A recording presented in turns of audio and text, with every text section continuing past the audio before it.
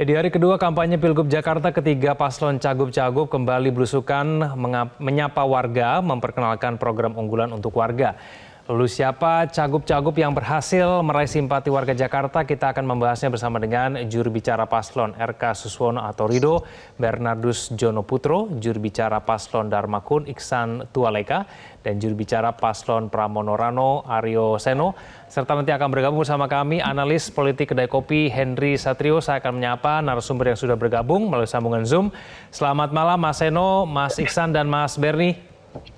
Selamat malam. Selamat malam semua.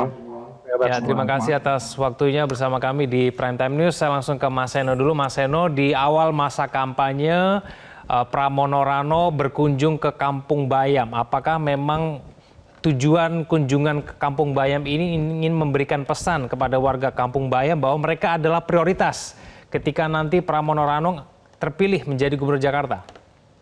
Ya, yang jadi prioritas adalah warga Jakarta, saya rasa, dari pesan keseluruhan dari apa yang dilakukan oleh pasangan Mas Pram dan Bang Rano selama ini di tahapan kampanye ini mulai, bahkan sebelumnya pada saat kita intensif sekali melakukan belanja masalah, melakukan silaturahmi dengan berbagai tokoh dan masyarakat. Ini kan poin utamanya, orientasi kerjanya adalah untuk masyarakat Jakarta. Nah, dalam konteks ini misalnya di Kampung Bayam, Mas Pram dan Bang Rano tentu saja tidak muluk-muluk, tapi langsung bikin kontrak politik dengan warga Kampung Bayam untuk bisa menyelesaikan persoalan yang sudah cukup lama dihadapi. Kita tahu bahwa ya bagaimanapun, apapun ceritanya kemarin, sudah terbentuk Jakarta International Stadium di era kepemimpinan Mas Anies Baswedan.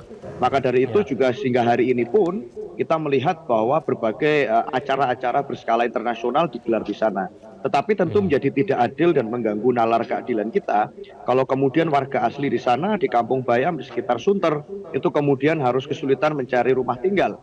Maka dari itu tentu ada suatu komitmen yang telah dibangun antara Mas Pram, Bang Rano kepada masyarakat di sana, dan itu sudah dikontrak politikkan.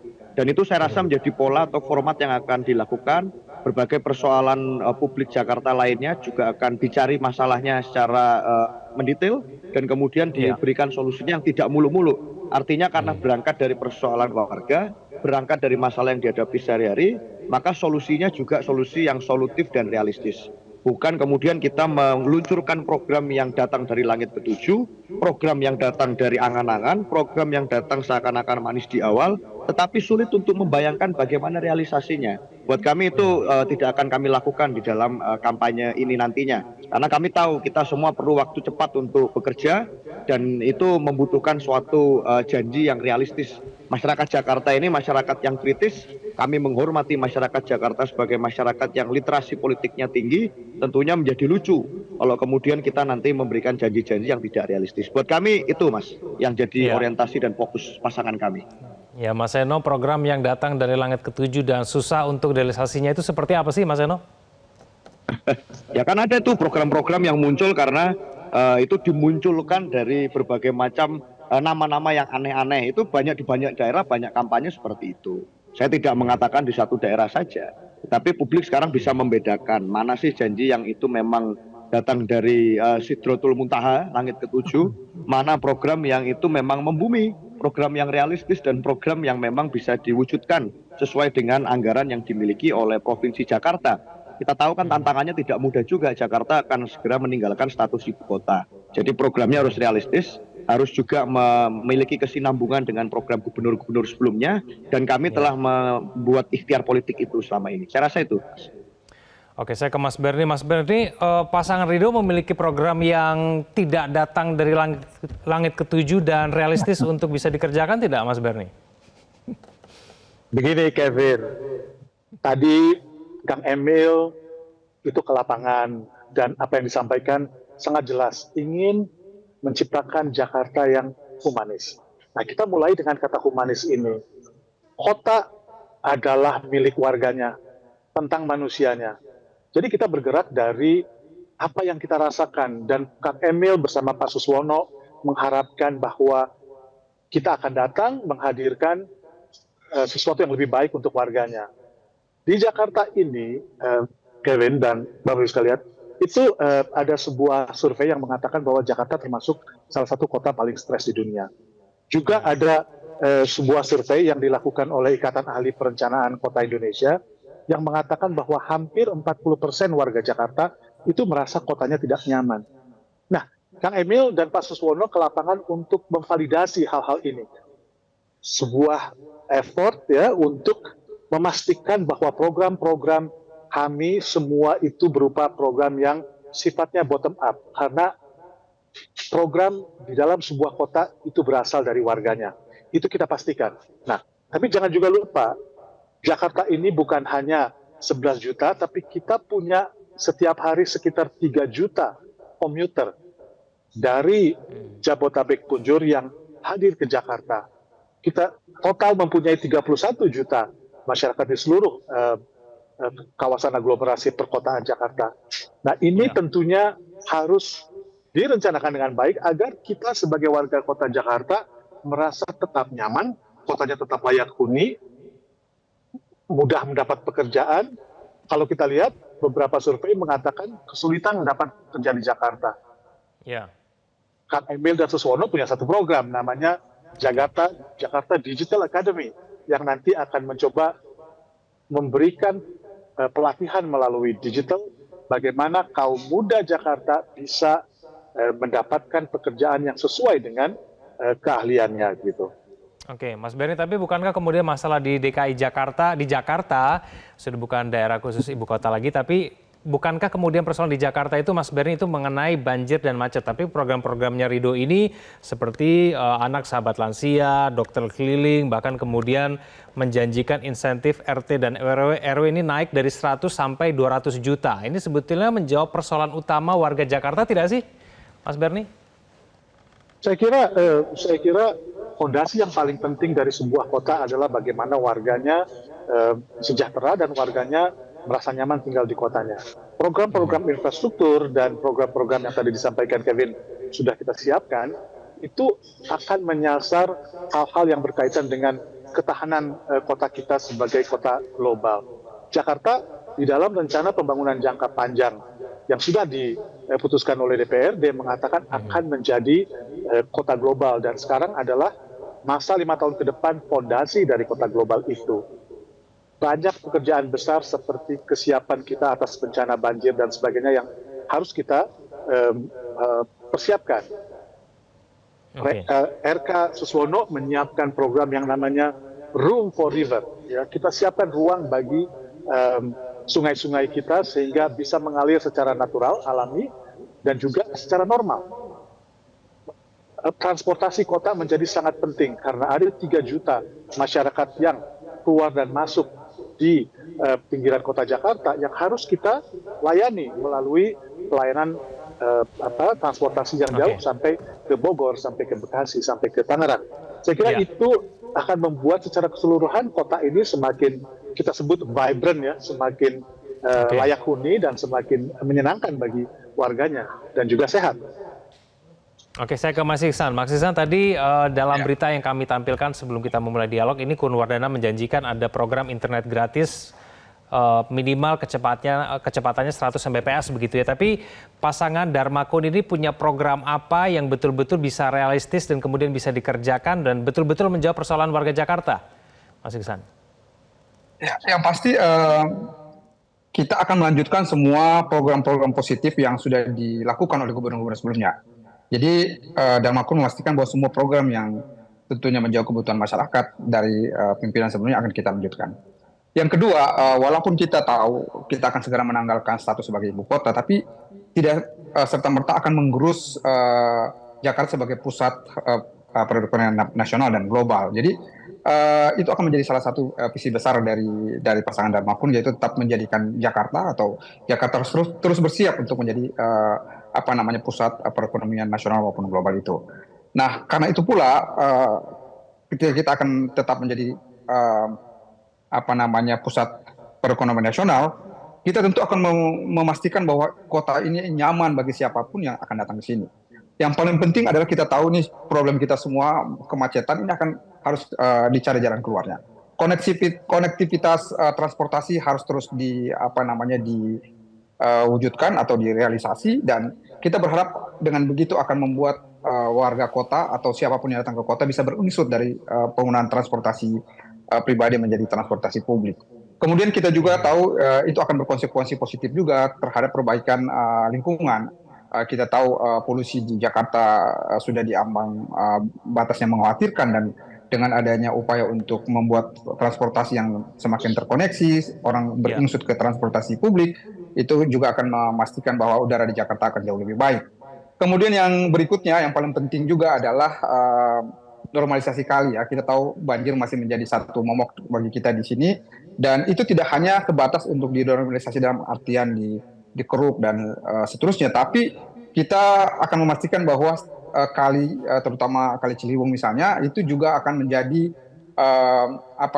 jalur transportasi. Jadi kalau kemudian itu pernah diwacanakan atau pernah akan dilakukan, kita pastikan kalau kemudian masyarakat Jakarta mempercayai Dharma Pongrekun dan Kuwardana sebagai gubernur dan wakil gubernur nanti, kali akan menjadi salah satu transportasi alternatif atau bahkan menjadi transportasi utama karena akan jauh lebih terhindar dari kemacetan.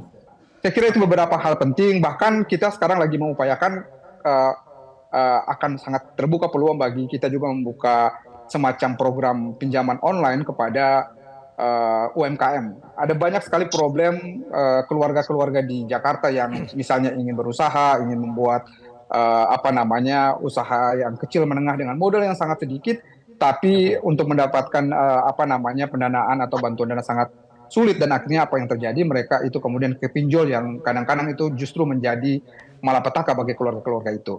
Kemudian satu hal lagi ya yang akan kita gulirkan adalah, kita tahu jumlah Jackmania ini cukup besar, mereka cinta dengan sepak bola Jakarta, dengan Persija Jakarta. Kita juga sedang menggulirkan akan adanya asuransi bagi semua supporter. Jadi supporter yang kemudian terdaftar ada di database Persija, itu kemudian akan kita upayakan untuk bisa mendapatkan asuransi, dan demikian mereka juga akan terlindungi dalam aktivitas keseharian mereka. Saya kira itu beberapa hal yang tentunya akan menjadi titik tekan kita, pasangan Dharma pun jika kemudian dipercaya oleh masyarakat Jakarta. Oke, sudah bergabung bersama kami pengamat politik Henry Satrio. Mas Henry, selamat malam. Oke, suaranya belum terdengar, tapi nanti usai jeda kita akan tanyakan kepada Mas Henry ya, di awal masa kampanye ini sudah terlihat belum nih setiap pasangan calon akan seperti apa nanti gaya kampanye ke depan. Pemirsa jangan kemana-mana, kami akan kembali. Ya, kembali bersama kami di Prime Time News. Mas Hensat, di awal masa kampanye ada yang ke Kampung Bayam, ada yang ke Pancoran, dan kemudian ada juga yang ke Lapangan Banteng. Dari masa awal masa kampanye ini, apakah sudah bisa kelihatan nih gaya kampanye masing-masing, dan kemudian mana yang paling mungkin mendapatkan simpati dari warga Jakarta?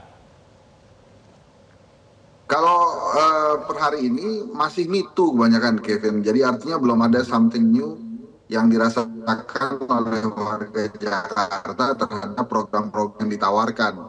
Jadi masing-masing ini masih berusaha untuk meningkatkan level popularitasnya di kalangan warga Jakarta. Ya maklum lah, karena memang kan nama-nama ini nama-nama baru yang baru-baru saja setelah Pilpres beredar ya. Jadi artinya bukan nama-nama yang diperkirakan oleh warga Jakarta akan tampil. Jadi wajar kalau mereka masih sibuk untuk meningkatkan popularitas. Tapi dari program-programnya belum ada sebuah terobosan berarti yang memang nampaknya akan diinginkan oleh warga Jakarta.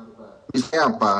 Banyak sekali program-program ini masih me too dengan program-program presiden sebelumnya. Jadi artinya masih meniru dengan dalih melanjutkan program-program dari gubernur sebelumnya. Nah kemudian yang kedua, ini masih bicara tentang pembangunan kota tapi belum masuk ke ranah mikro ke masing-masing penduduk Jakartanya. Ini mau diapain nih penduduk Jakarta? Persija menjadi hal yang memang penting untuk warga Jakarta, Jackmania juga penting buat warga Jakarta, tapi kemudian apa terobosannya? Misalnya nih ya, saya usul aja, silahkan aja kalau mau dipakai oleh para gubernur. Misalnya, Jackmania selama terdaftar secara resmi sebagai anggota Jackmania, dipastikan mendapatkan sembako murah setiap 3 bulan misalnya, atau dipastikan mendapat beasiswa hingga level universitas, atau dipastikan mendapat pekerjaan misalnya, atau misalnya untuk mengurangi kemacetan atau memanage kemacetan di Jakarta, maka kami akan menerapkan sistem masuk kerja dan masuk sekolah yang berbeda-beda, sehingga lebih renggang, lebih lengang jalanan di Jakarta gitu ya. Hal-hal seperti itu tuh nampak belum sama sekali terdengar hal-hal baru yang memang akan ditampilkan atau diwujudkan untuk warga Jakarta dari para calon gubernur. Jadi balik lagi, mereka masih terlalu sibuk untuk memperkenalkan diri, meningkatkan popularitas, berusaha untuk diterima gitu ya, menghindarkan atau menghindari dan berusaha membuat masyarakat Jakarta lupa terhadap isu-isu yang berkait dengan pencalonan mereka misalnya. Nah ini kampanye baru saja dimulai, masih ada waktu untuk segera membuat program-program yang memang langsung dirasakan efeknya ke warga Jakarta. Itu Ya, yang Mas pertama. Hensa, tapi Kemudian yang program-program kedua, yang disampaikan itu sudah masuk akal belum? Sudah realistis belum menurut Anda? masih terlalu biasa, bukan tentang masuk akal sih masuk akal aja, tapi masih terlalu biasa. Nggak ada yang wah dan wow gitu yang ditawarkan gitu ya. Karena ya tadi misalnya beberapa ada juru bicara yang mengatakan kami akan melanjutkan program-program gubernur sebelumnya. Ya kalau gitu kan harus sudah. Jadi nggak perlu lagi diungkapkan tuh hal seperti itu. Itu tuh seperti Anda tidak punya program gitu. Kalau mau melanjutkan program-program yang bagus-bagus kan itu udah pasti gitu. Nah kemudian misalnya hal-hal yang terkait dengan kemacetan gitu ya, terus mungkin lagi. Nah ini kan sekarang ini program-programnya coba, misalnya mengunjungi gubernur-gubernur sebelumnya, kemudian ziarah ke tokoh-tokoh Betawi. Ya ziarah bagus, oke gitu, tapi itu kan usaha-usaha untuk meningkatkan popularitas saja. Dia belum masuk ke inti program lu mau ngapain gitu. Karena kita nggak pengen lagi milih gubernur dengan budget yang terlalu besar, kemudian dianya meninggalkan kita gitu ya, atau kita pilih gubernur dengan budget yang begitu besar, kita pilih gubernur, begitu jadi gubernur dia nggak ngerti mau ngapain. Gitu. Ya. Oke, Jadi saya menurut saya intinya adalah ini sudah saatnya masuk ke program-program yang memang dibutuhkan oleh rakyat Jakarta, jangan lagi sibuk dengan meningkatkan popularitas. Oke, Itu Mas Kevin. saya ke Mas Seno ya, Mas Seno, supaya kemudian tidak disangka hanya mencari popularitas warga Kampung Bayam. Yang wow dari Pramono Rano itu apa, Mas Seno? Ya, terima kasih Mas Hensat. Ini satu bentuk ungkapan sayang seorang warga Jakarta terhadap pemilunya, agar kualitas demokrasi kita tidak hanya terkesan mahal, tetapi memang bisa menghasilkan dan menurunkan sesuatu. Pertama Mas, saya rasa satu orientasi yang dari awal dipegang teguh oleh Mas Pram dan Bang Rano sebenarnya satu, bahwa kita harus sadar bahwa yang kita pimpin ini Jakarta, bukan Dubai, bukan Tokyo, bukan Los Angeles, bukan New York, tapi Jakarta.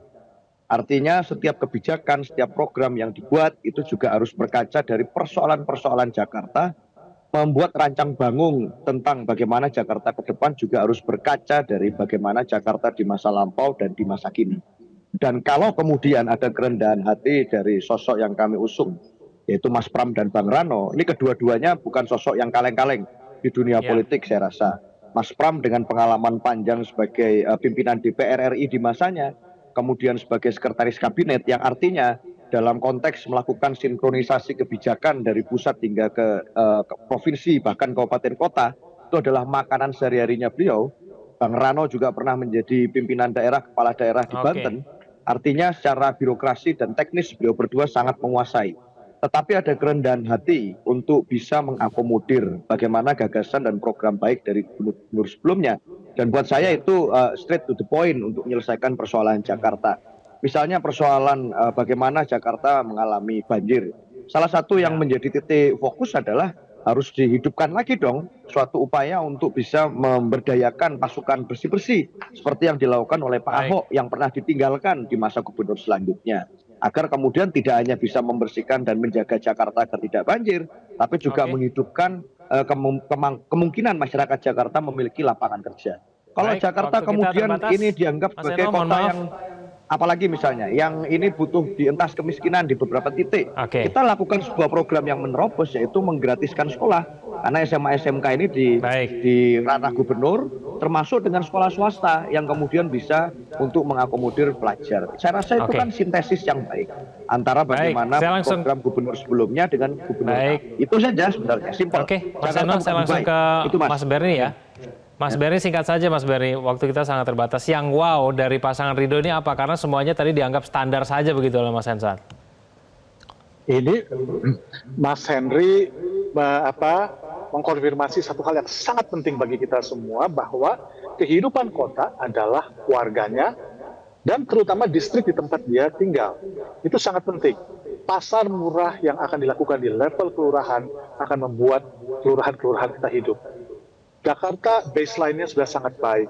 Kita punya posyandu puskesmas yang tersebar. Dia harus menjadi pusat kegiatan masyarakat yang lebih memberdayakan lagi. Nah, ini sangat penting. Saya kira pembangunan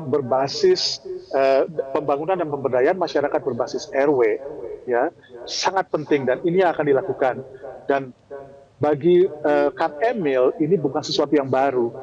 Baik sebagai gubernur sebelumnya pernah melakukan hal ini dengan berhasil gitu, maupun di Jakarta bukan Oke. barang baru bagi Kang Emil yang pernah ikut bersama dengan timnya gitu ya, memperbaiki kondisi di sungai di sekitar Kuningan dan sebagainya. Saya kira hal-hal ini penting, tapi yang lebih penting adalah apa yang kita kerjakan harus berbasis data yang betul, harus berbasis kebutuhan masyarakat real. Dan ini yang Oke. coba kita pahami dan coba kita betul-betul pecahkan masalahnya di masyarakat, di warga. Ya, baik Mas Iksan, apa yang wow dari pasangan Darmakun ini? Ya, sudah pasti tadi, seperti diberitakan juga oleh Metro TV sebelum kita dialog malam ini, adalah menyediakan jaringan internet bagi keluarga-keluarga Jakarta yang lebih dari 100 Mbps. Kedua, yang paling penting juga kita sampaikan tadi bahwa kita akan ada program pinjaman yang itu bisa kita fasilitas secara online untuk memudahkan masyarakat untuk mengakses permodalan, sehingga ada banyak upaya atau banyak inisiatif dari masyarakat untuk bisa memulai usaha kecil mereka itu bisa berjalan dengan efektif, bisa berjalan dengan baik. Yang kemudian tidak kalah penting yang tadi saya sampaikan tadi, asuransi untuk Jackmania ini sebagai bentuk apresiasi kita terhadap para pendukung, karena mereka itu yang mencintai Jakarta lebih dari kita. Ada banyak anak-anak muda yang mencintai Jakarta dan mereka berafiliasi dengan dengan Persija Jakarta, dan mereka perlu kita berikan apresiasi. Yang paling penting juga tadi kita sampaikan, normalisasi tidak hanya sebatas untuk memperbaiki agar kali menjadi lebih bersih, tapi juga kita bisa manfaatkan untuk transportasi publik, dan itu juga akan berimplikasi positif terhadap mengurangi kemacetan di Jakarta. Saya kira itu. Baik, kita tunggu nanti adu program di kesempatan berikutnya. Terima kasih Mas Iksan, Mas Eno, Mas Berni, dan juga Mas Hensat sudah bergabung bersama kami di Prime Time News. Selamat malam semuanya. Jelajahi cara baru mendapatkan informasi. Download Metro TV Extend sekarang.